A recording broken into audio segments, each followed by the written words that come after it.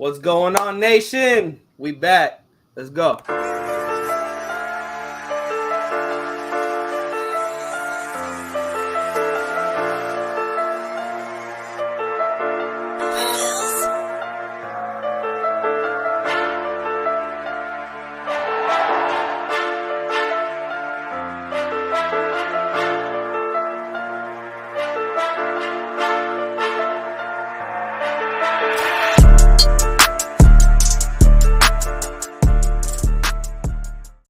Salute to everybody up in the chat. Thank you guys for pulling up. We got a couple of other guests pulling up later in the show. But welcome to Raiders Primos, this edition of Position Breakdown featuring the running backs. We got our honorary Primo, K-Town Raider, joining us today. What's going on, bro? What's good, buddy? Not much, man. Just enjoying the weekend. Enjoying the fact that I don't got to go to work today. You know, getting to sit on here and bullshit about the Raiders with you. Don't get no better.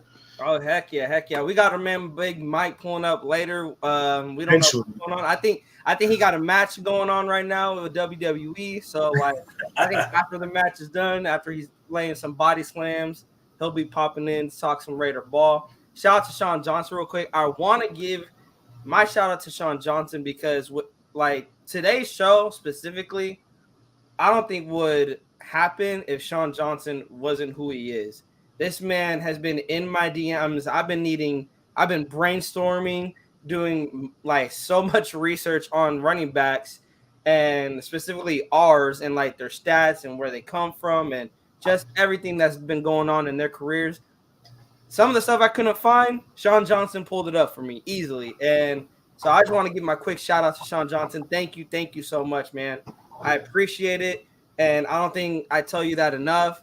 I appreciate everything you do for the nation. K-Town, I know he's you out too. So you helped me out a ton, man. Sean Johnson's the guy. Yeah, real quick, he said, salute Primos. If Josh Jacobs doesn't sign a long-term deal, who's going to be the next big thing in Vegas? From our running back room, could it be Sincere McCormik step up? This running back talk should be great today. And it's going to be very, very great today. I really want to talk about this Josh Jacobs situation before we dive into our other running backs. Josh Jacobs has until the 17th to sign this tag, and he's just going to completely hold out until week 1 and even for the season if a long-term deal still is not signed. My thing is he has a $10.2 million cap coming to him. The Raiders will take that from the franchise tag, and he doesn't want to continue to play for the 2023 season. Why I feel like this hurts him, the question is, should Josh Jacobs play in the 2023 season under the franchise tag? And this is specifically coming from a Josh Jacobs viewpoint. I say it could hurt him because what if there's a team out there that's not only willing to trade for him, but also pay him the money that he's looking for? What do you think about that, K-Town? I don't think under any circumstance he should sit. If the franchise tag is all he's going to get and he's not happy about it, get your money, play under the tag. If you want to leave next year, head out next year. They'll probably try to tag him again. At that point, I don't know. But for this year, he stands to lose a lot more money not playing than he does playing on the tag. So I think that'd be a big mistake on his part. As far as a trade, I don't know anybody that's going to give up what he's worth and pay him. So I think the only option for Josh is to just play under the tag. Hopefully the coaches decide to pay, or the front office decides to pay him. I've said in the past, I don't want to go over on average of $14 million. Maybe you front load that contract so he gets his 15, 16 he's looking for right off the bat. And then just let him know, hey, as it goes on, you're going to be making a little less. Maybe put in incentives for later in the contract that if he's still playing at a high level, then you get that money. Yeah. And again, shout out to Sean Johnson for hitting me up with this. Josh Jacobs, 25 years old. He has been in the league for 4 years. We drafted him out of Alabama first round, and he's been really worth that first round pick. He has shown he's worth that first round pick. His annual salary, his market value, is at 4 years, $51 million, average salary of $12.8 million, and he is the third running back. His current contract is under the franchise tag, as we know, and he will earn 10.2, I believe, $10.1 million if he plays under the tag this year. Um, that market value, I would say, 4 years, $51 million, average salary of $12.8 million. How's that sound to you, Kane Town? That would sound fine to me. As long as like I said, as long as we're not on an average of over 14 million, I like the deal for Josh. Salute to AJ. I think the Raiders are waiting for the Saquon to get a deal, and they pay him less than whatever he gets. Be a big mistake. Don't see them paying him 15 a year, more like 11 to 12. And that is a mistake. It's funny he brought that up. Our latest evaluation for Saquon Barkley, analyzing his 2021 and 2022 campaigns, it places him at a $12.3 million per year figure on a 4-year, near $50 million total value contract. And then if you also look at the other running backs around the league. Let's forget about Saquon real quick. Tony Pollard, he signed a 1-year franchise tag, $10 million contract with the Dallas Cowboys, including the $10 million franchise tag is guaranteed to him. An average annual salary of that $10 million. In 2023, Pollard will earn a base salary of the $10 million. And also, I want to do my research on this. Dalvin Cook turned down a contract from Miami, is what I was hearing, offered today, and he felt that he got lowballed by the Miami Dolphins. How do you feel with the current running back market right now with Saquon Barkley, Tony Pollard, Dalvin Cook? Because essentially, do you believe that these deals have any effect on Josh Jacobs? They absolutely have an effect on Josh Jacobs. If Saquon Barkley goes out there and gets 15 million, you think Josh is going to sign for 12? I don't. If Dalvin Cook signs out of free agency for 13, he's not going to. He's younger and he had a better year than every single one of these running backs last year. If any one of them guys gets paid more than him before he gets his deal, he is going to want to get paid more. So the best route for us, if we're planning on getting him a deal done with him, is to get it done now. If not, just got to let it play on the tag. Yeah. Shout out to Van City. Salute to Primos in Cane Town. I've got a bunch of family over at the moment, but as I always do, want to come show some love. Raider Nation for life. Salute to Van City, my guy. And here's another piece. Now we got to then talk about what's happened in the past, because the running back market got screwed up with none other than Ezekiel Elliott. Ezekiel Elliott, back in 2019, signed a 6-year, $90 million contract. There was guaranteed money in the contract for the first 3 years. There is no guaranteed money in the final 3 years. Beginning in 2023, Elliott is set to count $16.4 million against the 2023 salary cap, with a non-guaranteed $10.4 million base salary for the Cowboys. Do you believe that contract is why JJ and the Raiders are having a tough time to meet on a deal?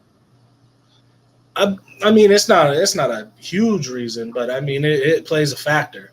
I mean, when you're the best running back in the league, you go for 1,600 yards and average, about almost 5 yards a carry and everything. I'm better than everybody else here. If this dude's making this much money, I should be making more. Mm-hmm. And especially when you're not on a winning team. If you're like, if I have to carry this team, which he carried us to probably 3-4 victories single-handedly, he's like, you're either going to get me a championship or you're going to give me my money. And I think people forget people want to talk about DC carrying the Raiders to the playoffs in 2021. No, I really believe JJ towards the end of the season, I think what we seen in 2022 of last season, I believe he started that in 2021 at the end of the on the road to the playoffs. And that 5 games, Josh Jacobs just lit it up. He carried us a win over the Chargers. I would say he had, I believe, 2 touchdowns in the Colts game. Josh Jacobs, I think that dog mentality came out late of 2021 and just followed into the 2022 season.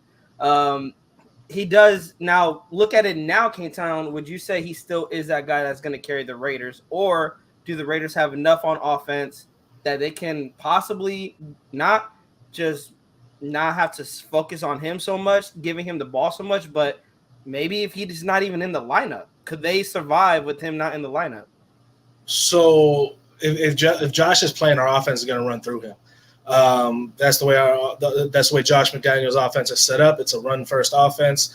And now I think we have a quarterback who is better at certain things than our previous quarterback. But there's certain things our previous quarterback does a little better, like throw the ball downfield. Mm-hmm.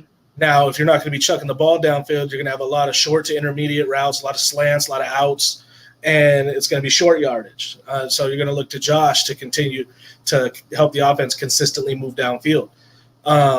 Without Josh, I'm worried because the Raiders fan down here says the running back position is so easily replaceable. Yeah, an average running back is easily replaced. Average running back production is easily replaceable. Top 5 running backs are not easily replaceable.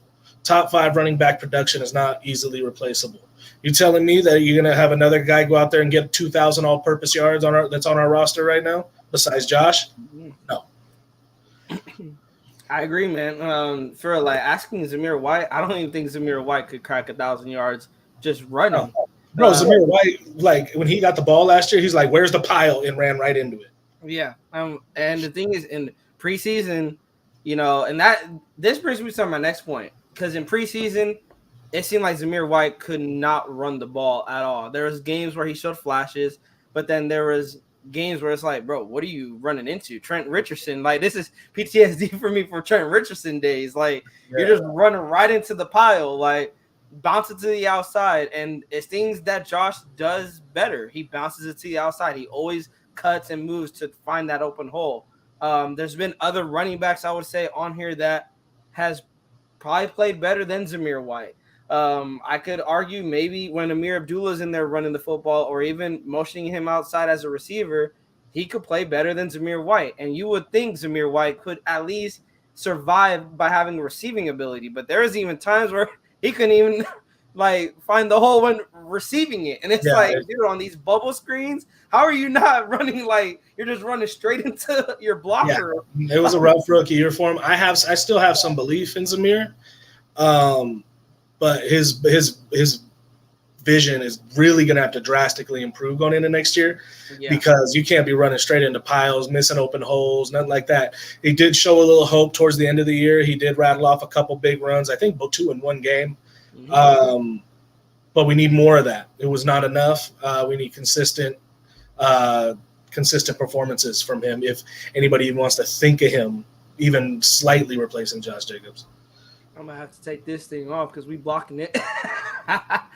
But shout out to Big Mike for pulling up. Thank you, Big Mike. How you doing, bro? Good. How you doing, bro? You came in. Bro. Yo, next time you call me disrespectful, I'm leaving dog turds on the front porch, bro. Just saying. It was funny. Because I was like, bro, I think Big Mike got to finish his WWE match before he hop on here. Oh, yeah. He over here body slamming people. Man, how y'all doing, man? Good to see you, man. Good to see you. Man. Chilling, we just talking about Josh Jacobs and this, the contract details. We talked about it a little bit on Wednesday. But now, we're talking running backs here. We could go more in depth with it. How do you feel about our offense let's say, do you believe we have enough on offense that we don't have to go towards Josh Jacobs so much? And then could there be enough on offense if Josh Jacobs is not even in the lineup? Nah, we need Josh Jacobs in the lineup. That's a must. As far as him having that volume of carries as he did last year, I don't want him to do that again this year. I think that we need Zamir White or whoever else, Sincere McCormik, whoever it may be, to come in and step up and be that second guy to kind of give Josh Jacobs a breath in those late third quarter, late fourth quarter. So when it's time for Josh Jacobs to cook, when it really counts, he can come in and do so. I don't want to see him have over like 400, like almost 400 carries. I don't want to see him do that, 1,600 yards. We don't need him to do that. If he can average about 5 yards a carry and get about 1,100 yards, 1,200 yards, I'm good with that, man. I don't want him to, be the bell cow running this entire offense, because that doesn't equate to success to me as far as this offense goes. We need a good balance. We need 2 guys to come in and be that continuous firepower. Josh Jacobs, he's hitting you in the mouth, and then we got Zamir White or whoever else may be hitting you in the mouth and just continuing that kind of flow. Yeah, I like that. And then good thing you pointed out, the attempts.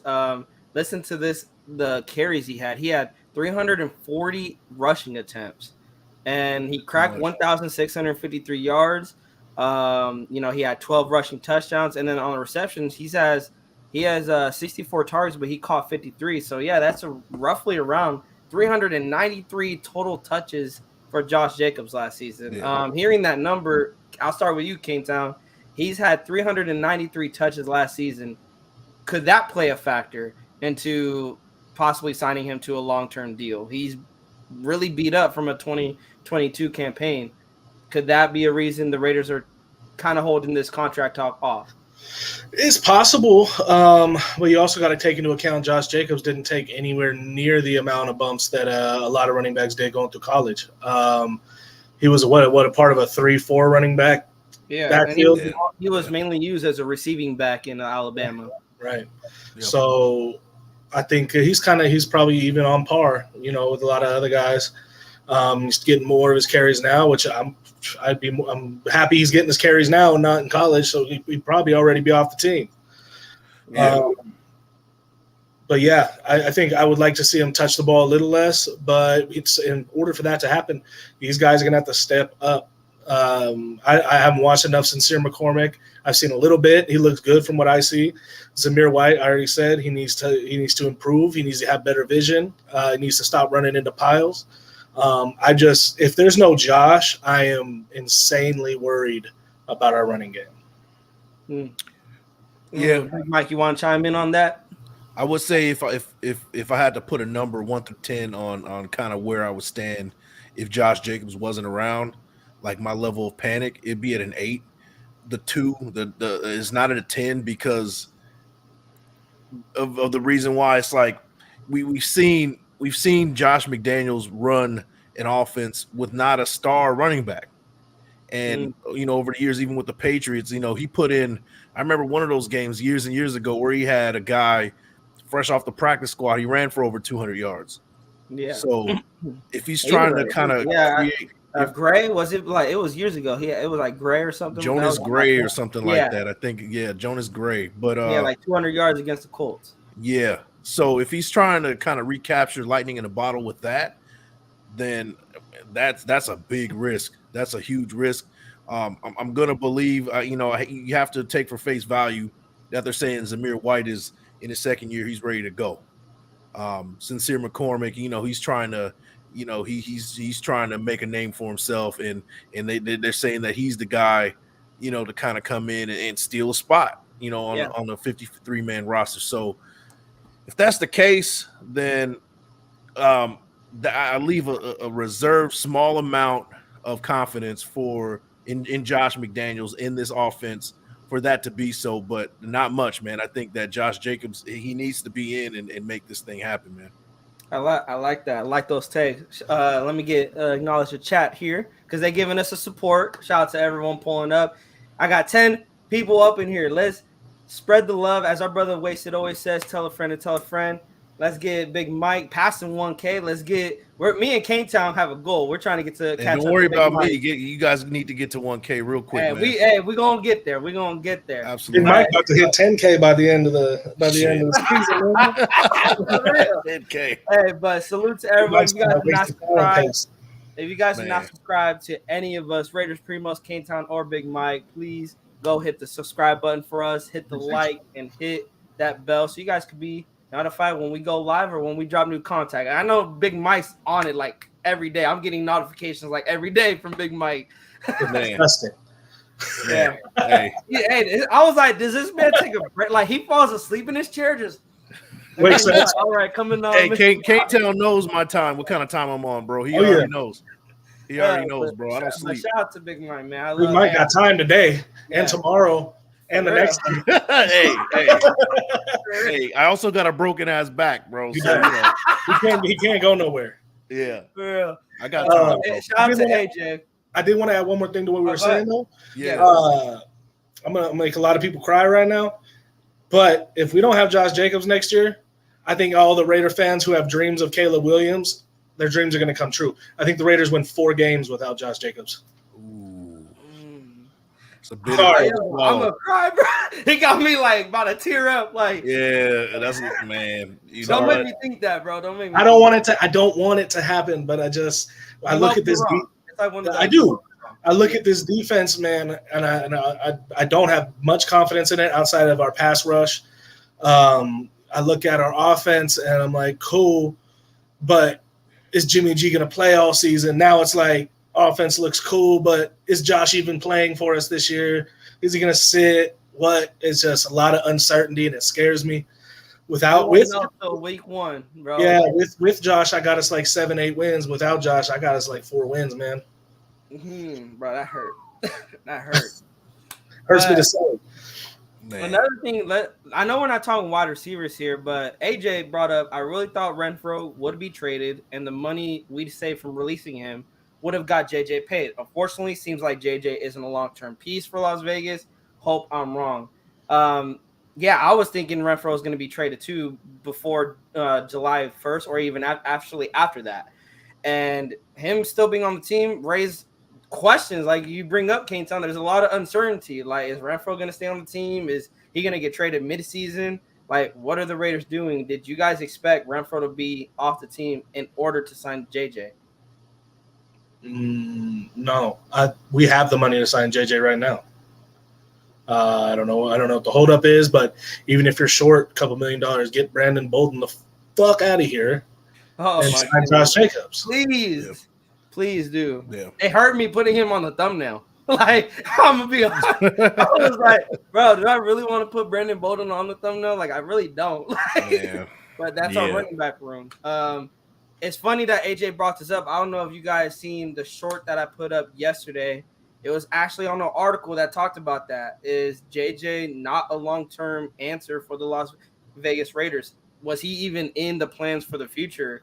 And the article basically said that Josh McDaniels, when he came here, he did not like what was here.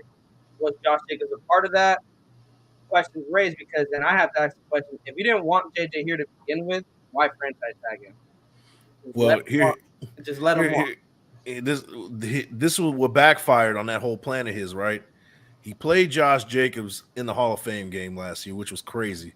That was kind of a sign to me last year, like, hey, Josh Jacobs might be gone.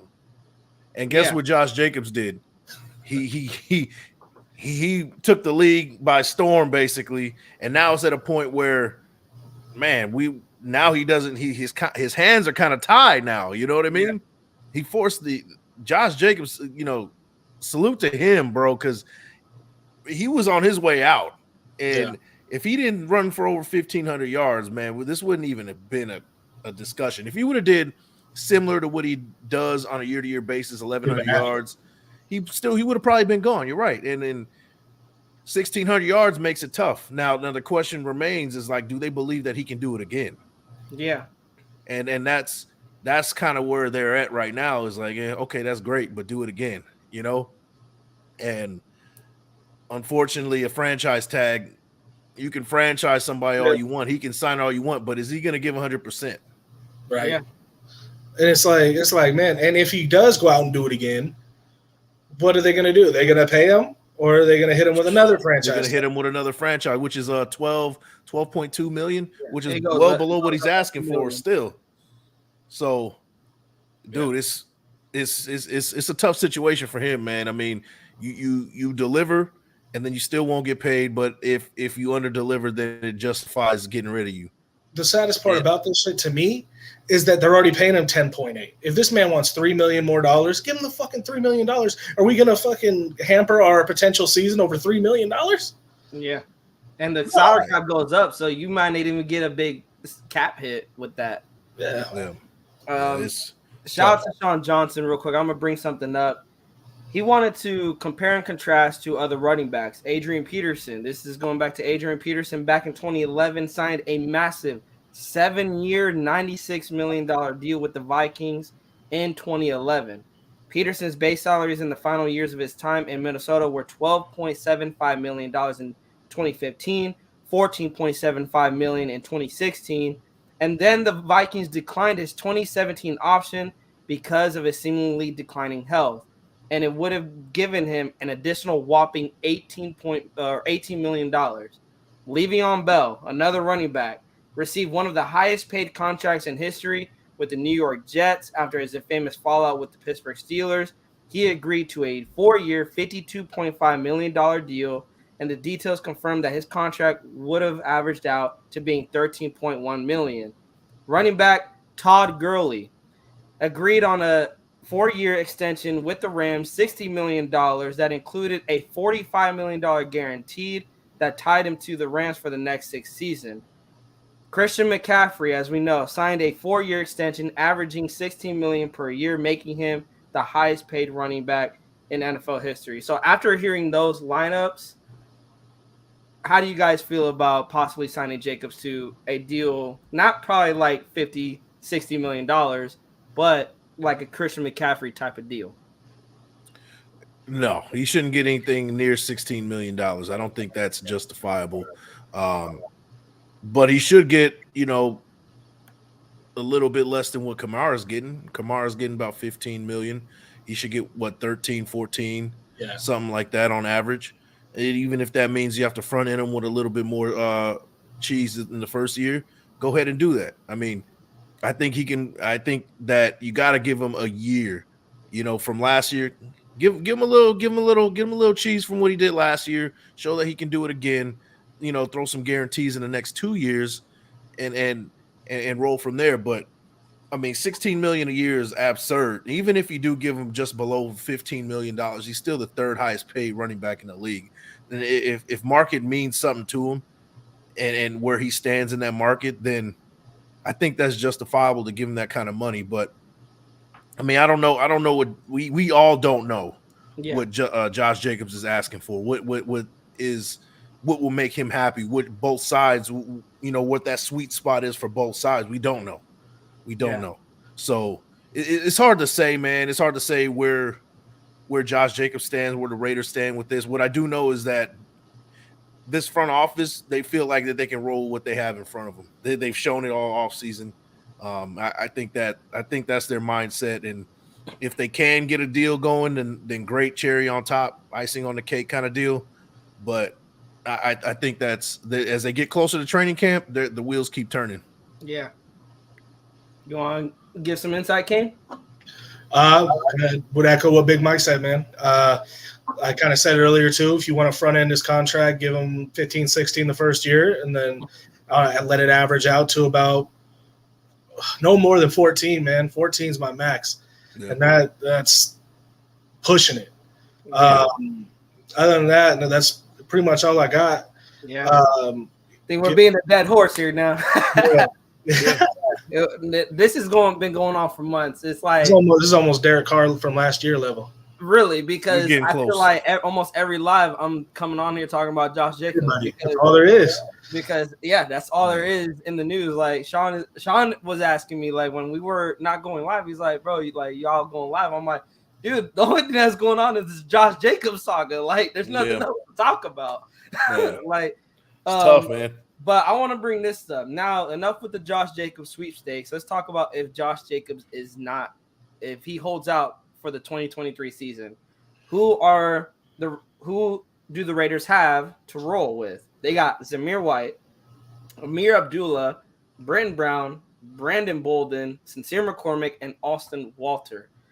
Just hearing that running back room, I'm just like, K-Town's Raiders, just like, I got questions. Like, this is going to be a long season. This could be a long season. We could be 32nd in rushing. We go from having the top running back, top rushing offense to possibly being one of the bottom tier rushing attacks.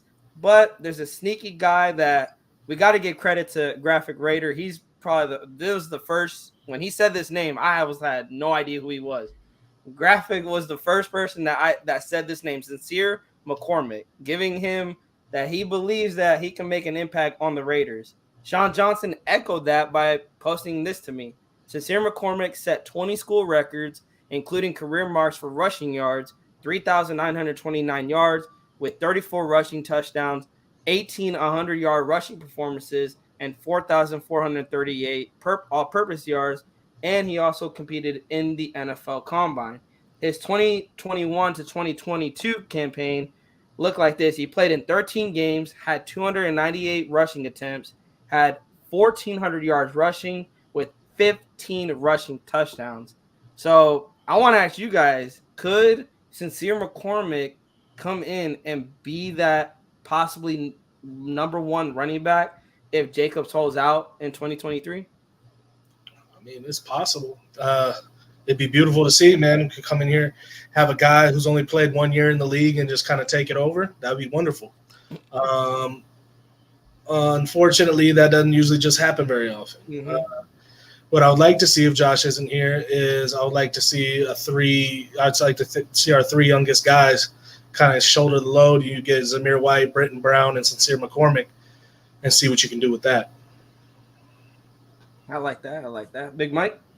Yeah, I mean, you're right. I like what you said, Kane, where you have 3 guys come in, 3 youngsters come in, 2 youngsters, and then Amir Abdullah, kind of the third down back, kind of being like that guy that can catch some passes out of the backfield. And then you kind of have like a thunder and lightning type of deal with running back. Say what? McCormick and White. No, not McCormick and White. I was thinking McCormick and Britton Brown. Yeah. Hey, Brown. Brown. That's a thunder. You have like a thunder and lightning type of deal, and then you have Zamir White too. Say what? So Zamir would be the odd man out there. Well, I don't know. I mean, Zamir White. There are questions with Zamir White, right? That's what we've been saying all season. He's not really good with reading. Well, he showed last year he wasn't good with reading. Yeah, so who knows this year? I mean, if it looks possible, we could have like 4 serviceable running backs. And here's the numbers, right? Josh McDaniels had Josh Jacobs had about 80% of the rush yardage last year. Wow. A little bit over 80%. And that only put us at like 16th or 15th. Middle of the road as far as rushing attack goes. We didn't have a bunch of guys that come in and continue what Josh Jacobs was doing. So if we have 4 guys that can kind of equal that, I'm okay with that. Yeah, now, they can do that. Now if they could do that, right? Now 4 guys that come in, one at a time and mix things up. They bring a little bit something different to the table, change of pace. I'm okay with that, but that's asking a lot, and it's hard to say. I mean, we do have the type of offense that we can kind of make that happen, but I don't know. We haven't seen much from these guys. We haven't seen anything. We have the numbers from college to kind of rest our hat on, like, hey, this is what they can do. This is what they did in college, and then you have the grizzled vet and Amir Abdullah kind of catching stuff out of the backfield. But besides that, man, that's hard to be like going into a season like this. This is what we're rolling with. Yeah. So, I don't know, man. You got to sprinkle a little. Go ahead. Sorry, man. I said you got a little sprinkle in a little Trey Tucker too.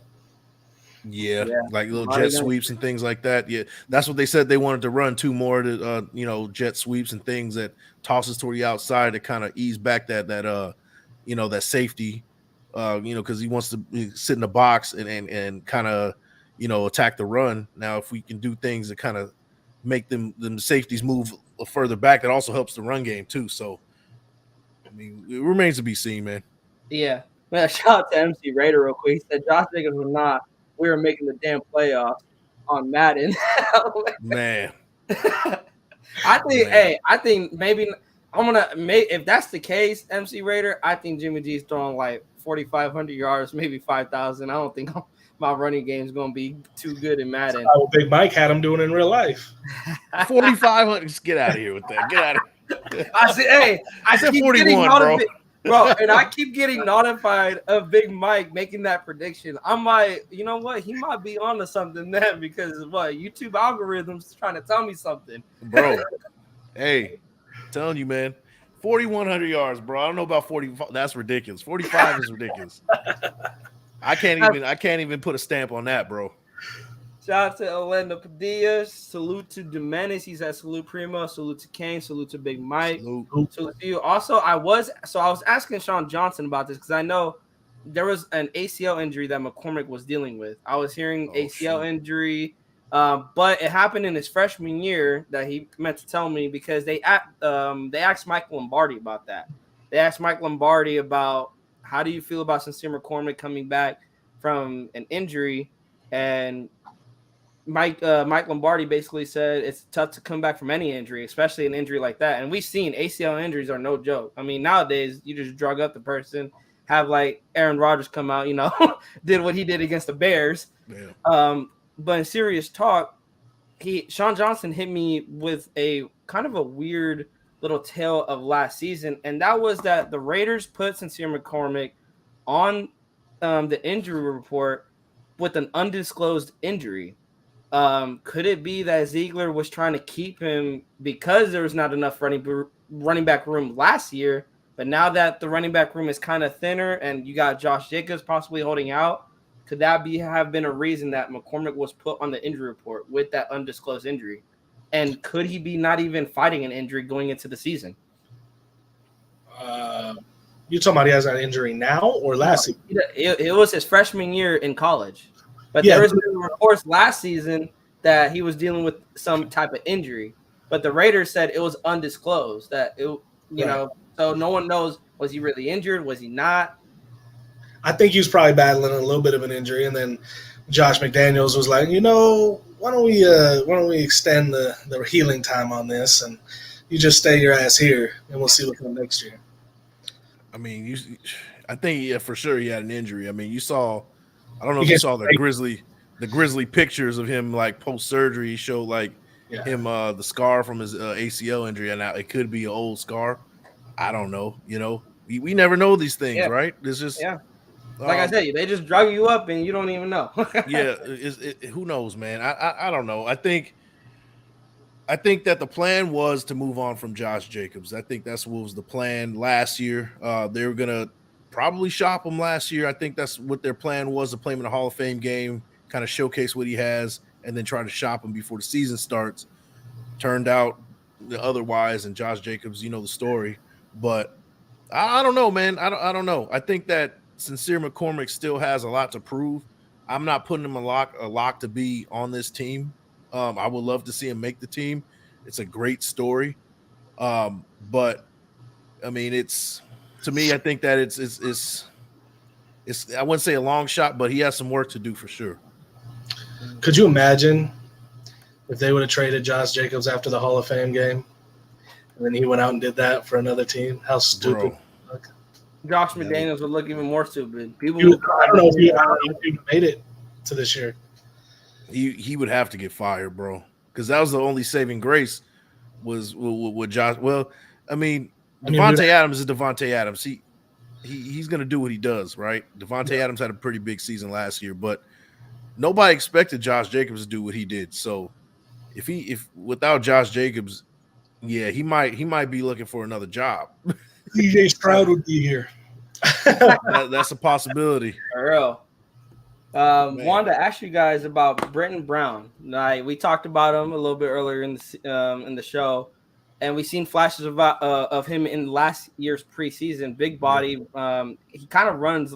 He reminded me of like a Latavius Murray, the way he runs. He runs up high. He's very physical. It's like he's wanting contact. He runs wanting contact. And he also has a little bit of getaway speed from him, something that I say Josh Jacobs may lack. He showed in the Seahawks game, which kind of surprised me. I'm like, wow, he actually has getaway speed. But that was only because the defense was so far beyond. But what I'm saying is Brenton Brown comes out and shows up, not only in training camp, but shows up in the preseason games like he did last year, shows those flashes again. Could he be a guy that could possibly take that number one spot if Jacobs holds out? I don't know, man. I don't think so. I mean, he's the type of running back he is he's not. It doesn't equate to like a starter in this league. I mean, now if this was like 10, 15 years ago, yeah, man, this dude, he might be. Especially standing straight up like Latavius Murray and Darren McFadden did. Yeah, and while both were very good running backs, how many times did we see them get knocked the fuck out on the field? Right. Yeah, it's too tough, man. It's tough that style of running. Now in the red zone, yeah, he might be a guy that, be the guy to finish drives off, get like similar to what Latavius Murray does now, right? He he bounces from team to team, but when he gets on a team, he's a fantasy football like steal every year, right?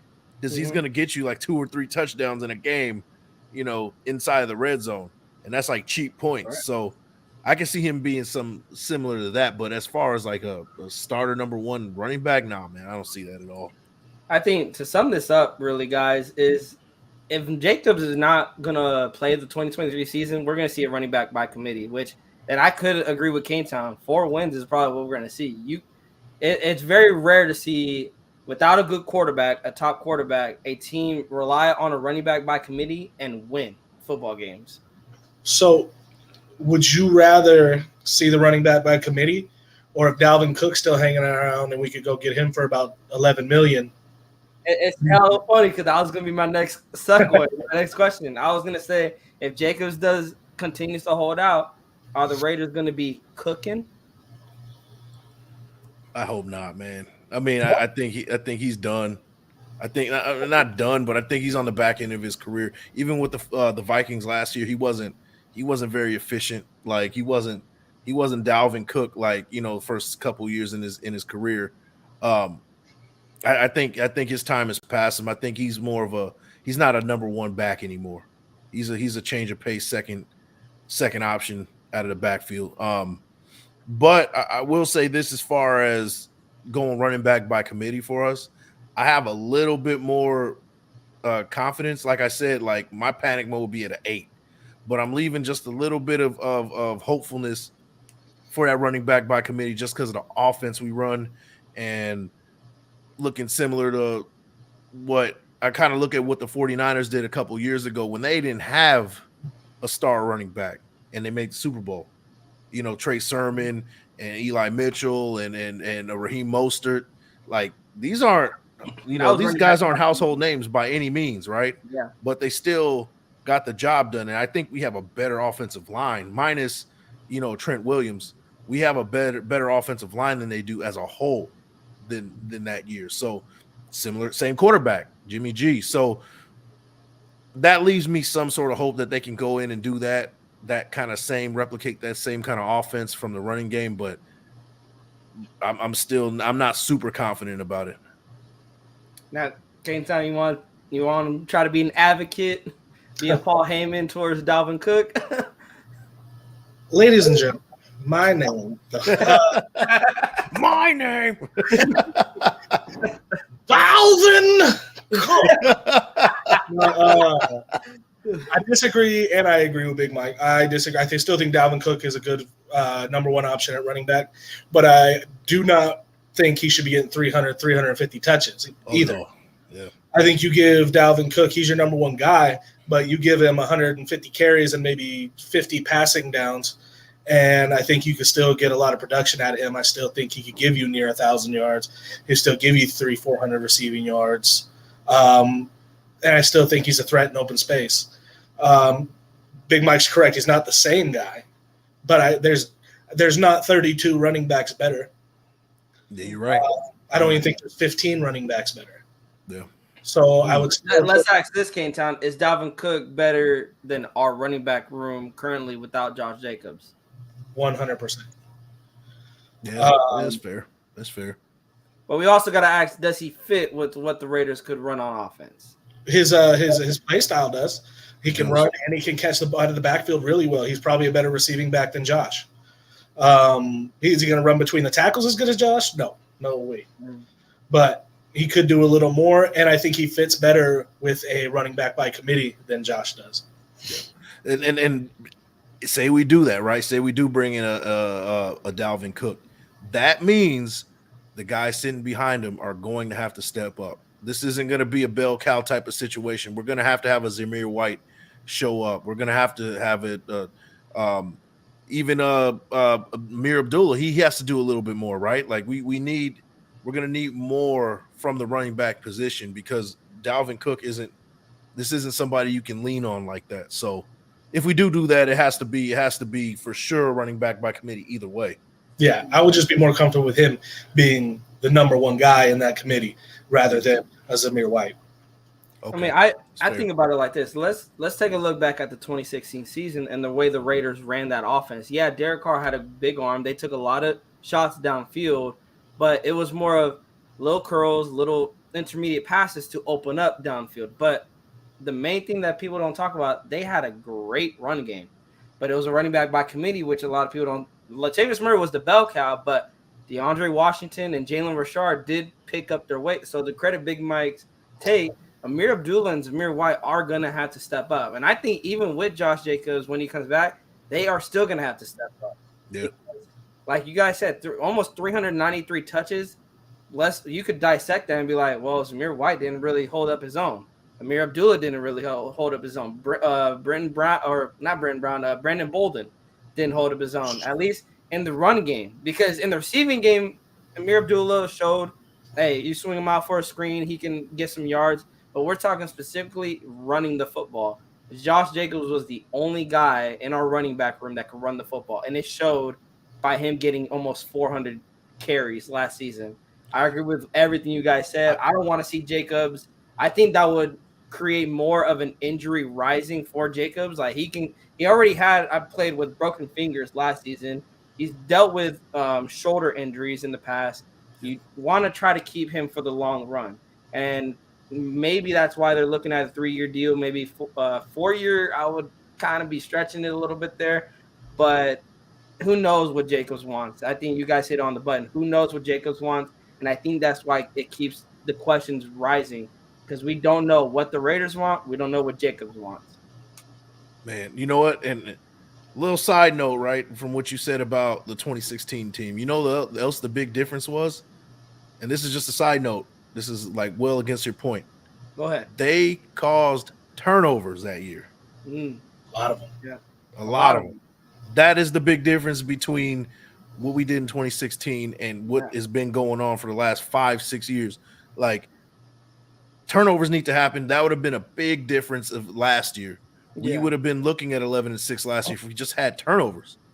We were that close last year. So, you know, there's a lot of drop INTs from the secondary too. A lot of drop turns. Like they weren't capitalizing on turnovers when they were handed to them. They didn't capitalize. And I'll let it continue, Big Mike. I agree with you, man. You're hitting it right on the button.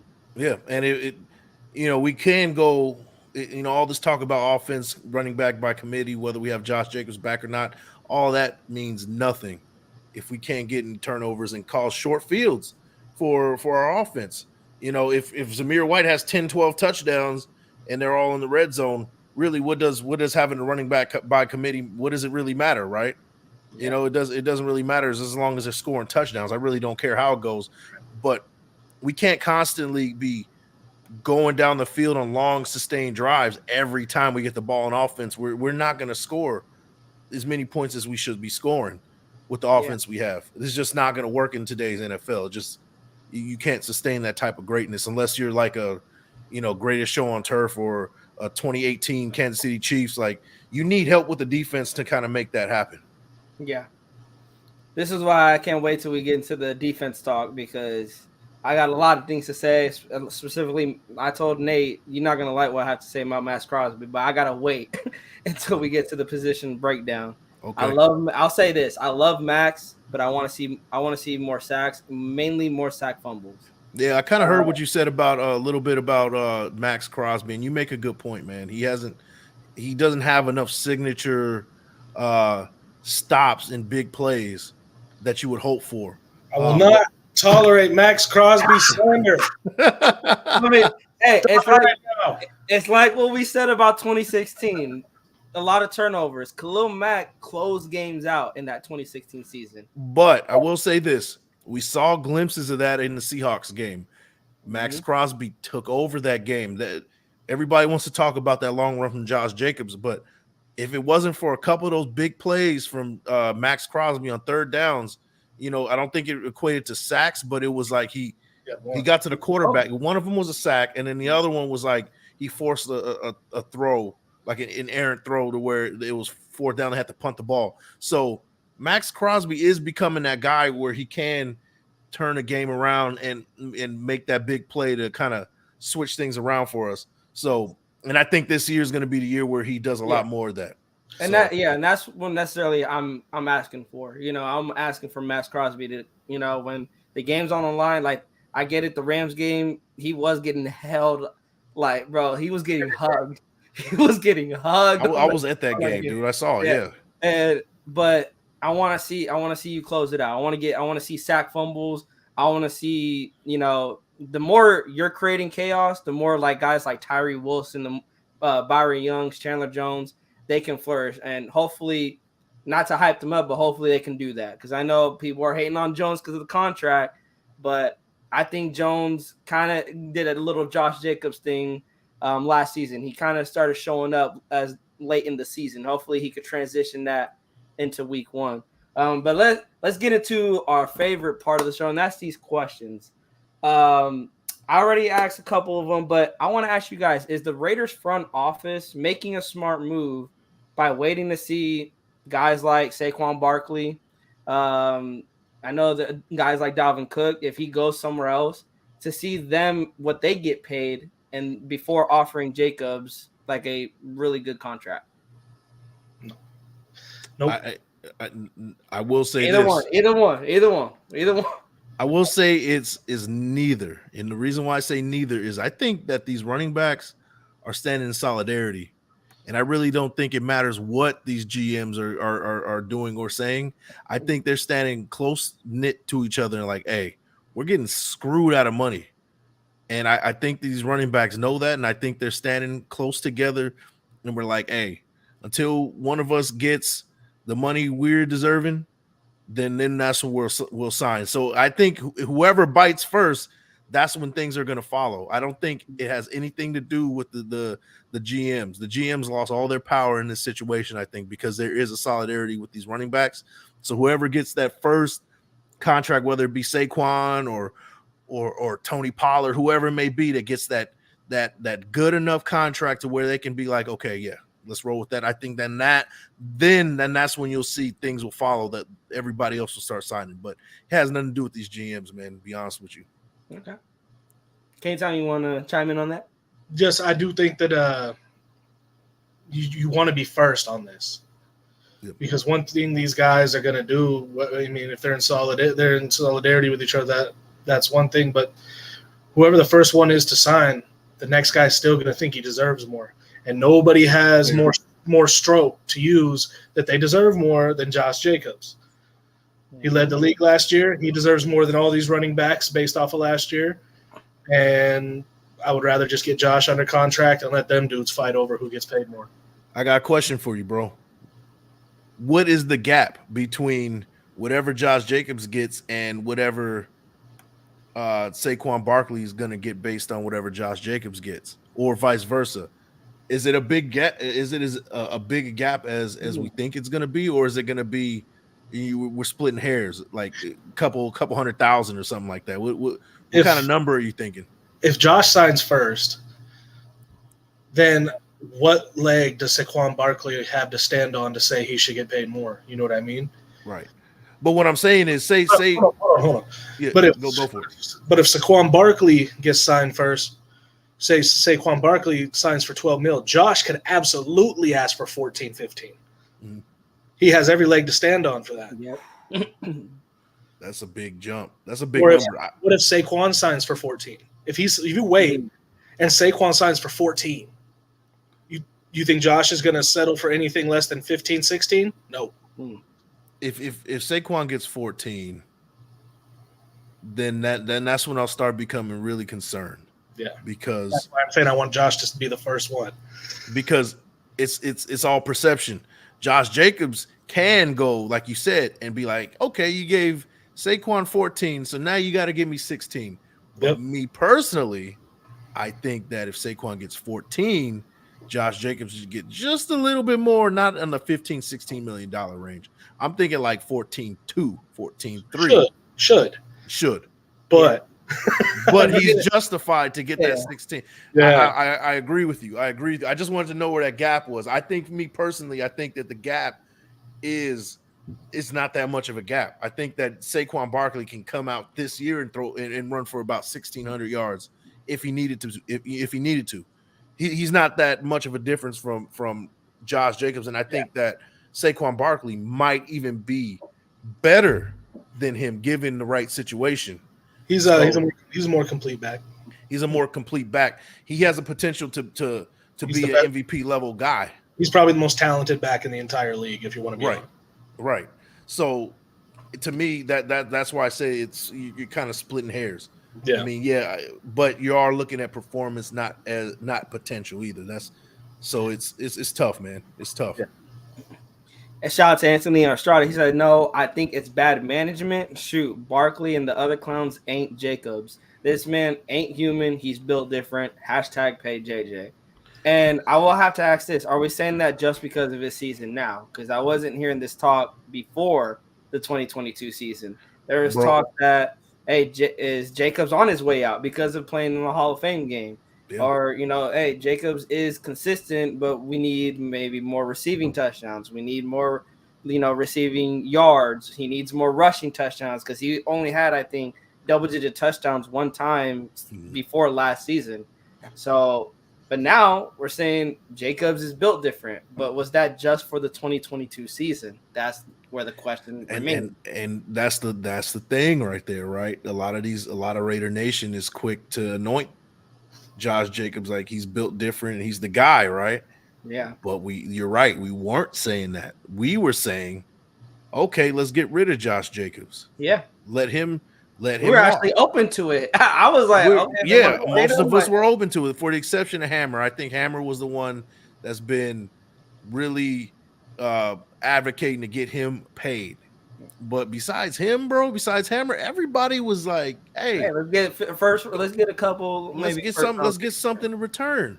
Yeah. So I'm not going to jump out the window about Josh Jacobs, but I will say this: I will say that he is a big part of this offense, moving forward.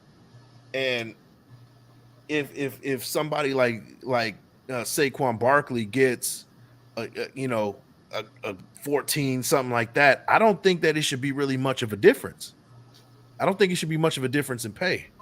So, what did he say? No, it's not that he was shocking the league before his injury, and last year he just broke out again. Yeah, I actually kind of feel the same way. I was huge on Josh Jacobs after his rookie year. Then he had 2 seasons where he was kind of injury prone, and if he hadn't been injured those seasons, he probably would have been doing the same thing. But last year, I was definitely on the boat of maybe see what he can do and maybe move him, see what you can get. But I was on the fence of pretty much how the market is right now. Running backs are a dime a dozen. Josh Jacobs is good, but I think that we can do equal if we just get another fresh guy out of the draft or some young guy and make things happen. I thought Zamir White would be that guy, similar to what Josh Jacobs has done in years past. Or have him with a number of guys in a collective effort. But I mean, otherwise he's shown otherwise last year. So my tune has changed a little bit over because of that. But I don't think he should get paid that much more than Saquon Barkley at all. I think he should just get paid maybe just a little bit more, just off of what he's done. But as far as if you're looking at ability itself, I think that Saquon Barkley has the potential to be better than Josh Jacobs, to be honest with you. So, I wanted to bring up before last season, Josh Jacobs in 2019 had 242 carries with 1,150 yards, 7 touchdowns. In the receiving game, he had 20 receptions, 166 yards. The following season, kind of had a decent sophomore year. He had 273 carries, 1,065 yards with 12 touchdowns. That was his first double-digit touchdown season. And then in the 2021 season, he kind of fell off a little bit, dealing with injuries.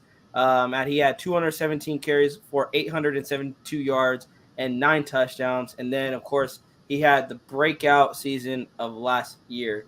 So I would say leading up into that 2022 season, given what Jacobs has done up until that point, you were looking like we could possibly get those numbers somewhere else. But the numbers he puts up last season, now it makes you like, oh, okay. Yeah. Like you guys said in the beginning, Josh McDaniel's hands are tied now. Same with Ziegler. Yep, that's kind of where we're at.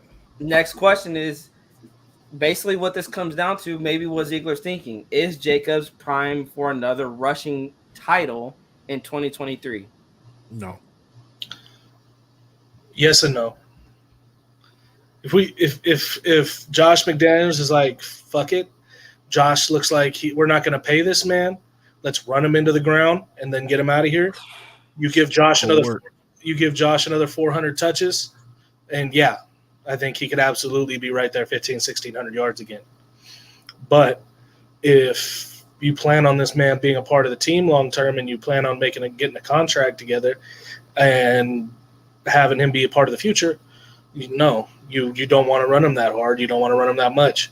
You run him maybe 200 carries, 50, 60 passing snaps, and see what he can do with that. And then from there, you decide if you want to move forward with him like you planned, or you're like, no, you know what, he's regressed and he's showing nagging injuries again. And at that point, you send him on his way. Bro, I think we're heading towards a pretty messy situation if that happens again. And I think that messy not just with Josh Jacobs, but just with all these running backs in this league because of that. Like, say we do that, right? Say we go and we Josh Jacobs decides to play on the franchise deal, on the franchise tag, right? He's getting $10.1 million this year, right? And we run his ass to the ground, and he goes for about 1,500 yards. You know what's going to happen after that? We're going to give him his shipping papers. Good luck. Thanks for your service. Because you're not going to pay a 26-year-old running back. No. And I think that's jacked up that he would never get the money he deserved. Ever. Yeah. Ever. He'll never get it because even if we let him go, he's not going to go anywhere else and get that money. Nope. And it's a messy deal. It's a cold world with these running backs, man. That's why rookie running back contracts need to start at 2 years, not 4. Yep, exactly. I would say 2 years, get that third year option. I'll pay a 24-year-old running back who just went for 1,600 yards. Yep. $16 million for another 2 years. Oh yeah. But once they're around 26, I'm not giving you a 3-4 year deal, and I'm not giving you 16, 17 million. The chances of you regressing or getting hurt is too high. I'll double down and say this: even if Josh Jacobs runs for 1,500 yards next year, wins a rushing title, and he doesn't have a deal, I still wouldn't pay him. I wouldn't pay him. That's the sad part, right? Like that is the sad part. That's the cold deal, and that's why I say this deal has to be front loaded year one, and second and third year. Hey, you got to earn it. We'll give you this much amount when you do, if you earn it, but if not, you're not going to be looking at that same kind of money. No, if you don't earn it, you get $7-8 million. If you give us an average, season, if you go 1,500-1,600 yards again, boom, there's $5 million more on incentives. Yep, that's what you kind of have to give them at this point.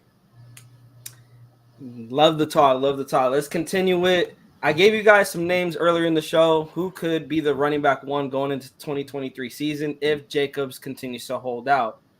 But what we didn't hear is guys that you possibly think could basically get the more touches out of the running back room. So who could we see at the running back one position for the Raiders if Jacobs continues to hold out?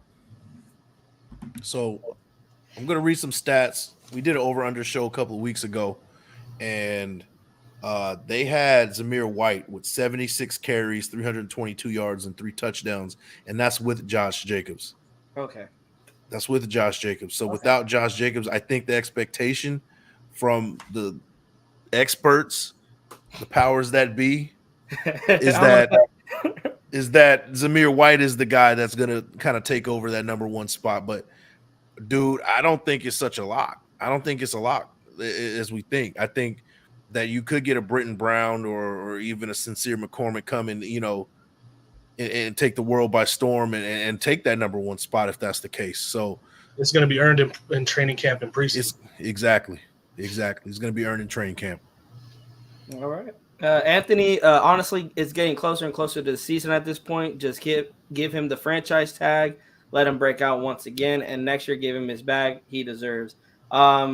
They already have him on the franchise tag, Anthony. He just has not signed it. He hasn't signed it yet, and hey, if he holds out, then we won't be seeing Josh Jacobs. Yeah. So the franchise tag is on the table. He's refusing to sign it. So And that's not That's kind of where we're at. That's not going to help the morale of the team as a whole if you got Josh Jacobs, one of your leaders, sitting on the sidelines. Yep. Yeah. Next one is, could Sincere – well, I already asked you guys about Sincere McCormik. Could he be a guy to watch out for in preseason and training camp to possibly work his way up towards the running back one position? Of course, not win it, but could he be a guy to watch out for in the preseason and training camp? Absolutely. Yeah. Josh ain't there. The door's wide open. Any running back on the roster can go out and prove themselves. That's what I was thinking. As long as Josh isn't there, those running backs are going to be possibly working harder because they know they could possibly break out their name, not just for the Raiders, but for other NFL teams too.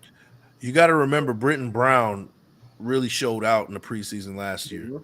Nobody expected him to be on that starting 53. So did Austin Walter. He didn't make the 53, but played really well in the preseason. He played very well.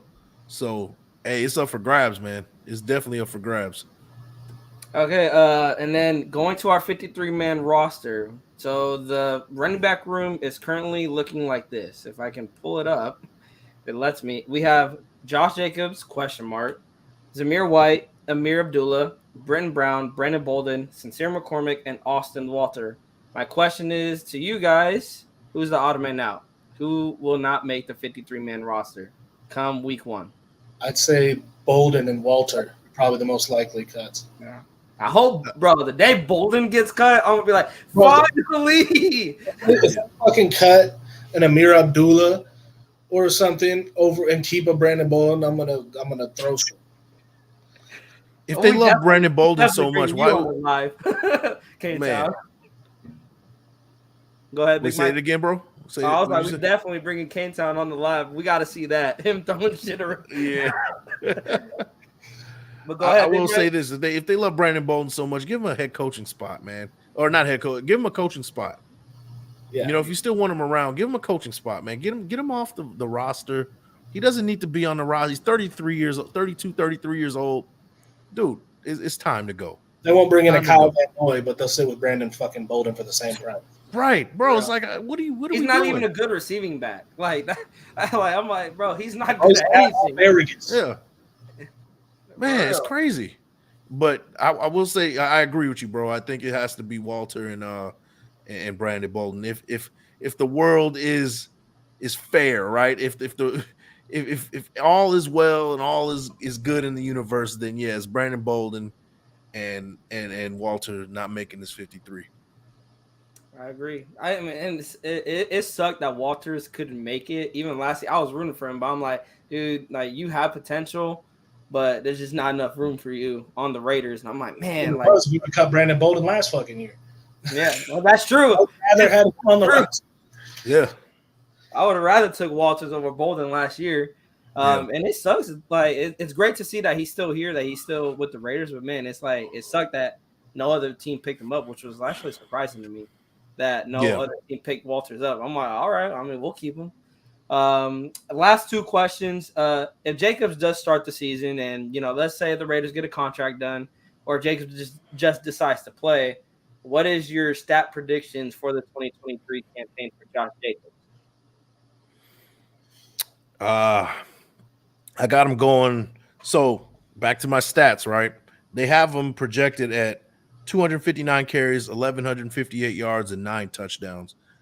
I like that. I kind of like where that is. I kind of like those numbers. If I had to choose an over or under that, I'm definitely going to go over. I would love to see Josh Jacobs reach that 1,200-yard threshold. I don't want to see him no more than 275 carries. I would love to see him in the double digits of touchdowns, though. I will see like 10, at least 10, 275 carries and about 1,200 yards. That's kind of where I want to see him. If I had to say, I'm going to go 240 carries, and I'm going to say right around the 1,250, 1,300-yard mark, 10 touchdowns, and then I have him catching 40, 50 balls out of the backfield for maybe 300-400 yards, and hopefully his first receiving touchdown of his career. I like that. Yeah, that's where I was normally going. I was going for like 235 carries, maybe get over 1,200 yards rushing. I would love to see maybe 11, 12 touchdowns, considering I believe we're going to have more red zone opportunities as the years prior. but I would say 12 touchdowns total, probably 10 touchdowns rushing and then 2 touchdowns receiving, with getting like probably 50 catches, probably like 300 yards. I really believe he was heavily in the screen game, and there was times it worked, there's times it didn't. But I think with a better quarterback that's going to be able to read the defenses and get the offense in the best play, I believe Jacobs is going to have a high impact if he does play the 2023 season. Hopefully he does. And last question, how much impact will the running game for the Raiders have without Josh Jacobs? Will it benefit Jimmy Garoppolo and the rest of the offense, or will it not? It won't.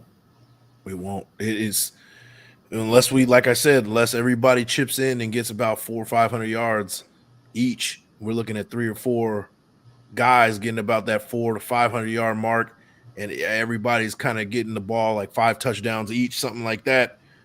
Then that'll be cool, but that's very unlikely. Yeah. And if you don't have a good running back, you saw what happened to the Bucs last year, right? The Bucs didn't have any kind of running game last year, and Tom Brady was slinging the ball left and right. Now, Jimmy G is nowhere close to Tom Brady. We all know that. And we don't have to say it, goes without saying. But yeah, in that case, if we're struggling with the run game, then the passing game struggles, and that whole offense is going to struggle. So, yeah, I can see us being very low on the offensive rankings if we don't have a Josh Jacobs in the mix, unless some miraculous happens and we have a running back by committee that's very efficient. But that's relying on too much at this point. Yep. And this is Sean Johnson's question. He said, could Sincere McCormik, could he be the next big thing in Vegas if JJ is out? Possible. It's possible. I think we said it on the button throughout this whole show. Preseason training camp is going to tell what this running back room could be. That can either be beneficial for the Raiders or it can hurt the Raiders. I think preseason we see these running backs come out and totally shit the bed. Like do a Zamir White, no vision, can't really, come out of the backfield receiving the ball really good. You're missing blocks, because we're talking this also from a running back, like just running the football. Let's talk about them picking up blitzes. Or I feel like Jacobs has got better as a pass blocker too, in protecting the quarterback. It's more than just being the running back running the football. Like, you got to come out of the backfield. You got to come out, receive the ball. You got to pick up the blitzes. You got to pick up that extra guy. So I'm excited for training camp. I'm excited for preseason. I got a lot of hype for these running backs, and I just hope they can prove me right in the aspect of them performing and doing good on this roster. I hope this is the one time I hope they don't prove me wrong, because I love Sincere McCormik. Watching his highlights, he's very shifty. He could be the next big thing in Vegas. He has the potential. Same thing with Britton Brown. Same thing with Zamir White. He just got to clean up his vision. They all have potential, but potential is not going to get you far. That's all people are going to say about you, is you got potential. That it's not going to take you far. Yep. Anything else before we get out of here? You guys got anything to add? I think we pretty much covered everything. Yeah. I think that's it. But I do want to say to those who are listening in, this conversation is going to kind of continue a little bit later. We're going to get into some different kind of subjects over on my channel with the Swagger and Boisterously podcast with myself in Cane Town.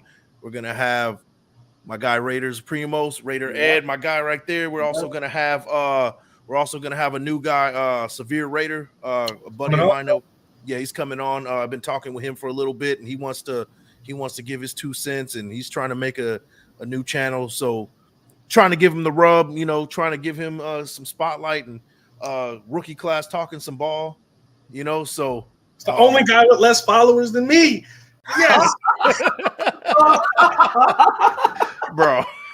Wow, man. Wow. But yeah, it's gonna be a round table. It's gonna be 4 of us discussing these topics later on at 6:30. So guys, don't miss it. It's gonna be a good show. And hope to see you guys there. Yep. See you guys at 6:30. We love y'all. Thank y'all for pulling up. We appreciate the support. If you guys haven't already, please subscribe to all 3 channels, Cane Town, Big Mike, and also Raiders Primos on the way out. Please hit the like And I already said subscribe button. Please hit the like button. Hey, you can say that much time. Hit that sub. Yeah. Subscribe again. Hit that sub, for real. Subscribe again. Yes, sir. Subscribe. Hey, maybe it works. We get double the subs because you did it. Do what you gotta do. Hey, we love y'all. Hey, go check us out on Big Mike's channel and Kane Town's channel. This conversation, like Big Mike said, it's not over. If you guys want to come rock, talk some Raiders ball, and also put your 2 cents into it, please come in the chat. We love it. And we'll see y'all later at 6:30. Please tune in. Peace. Peace.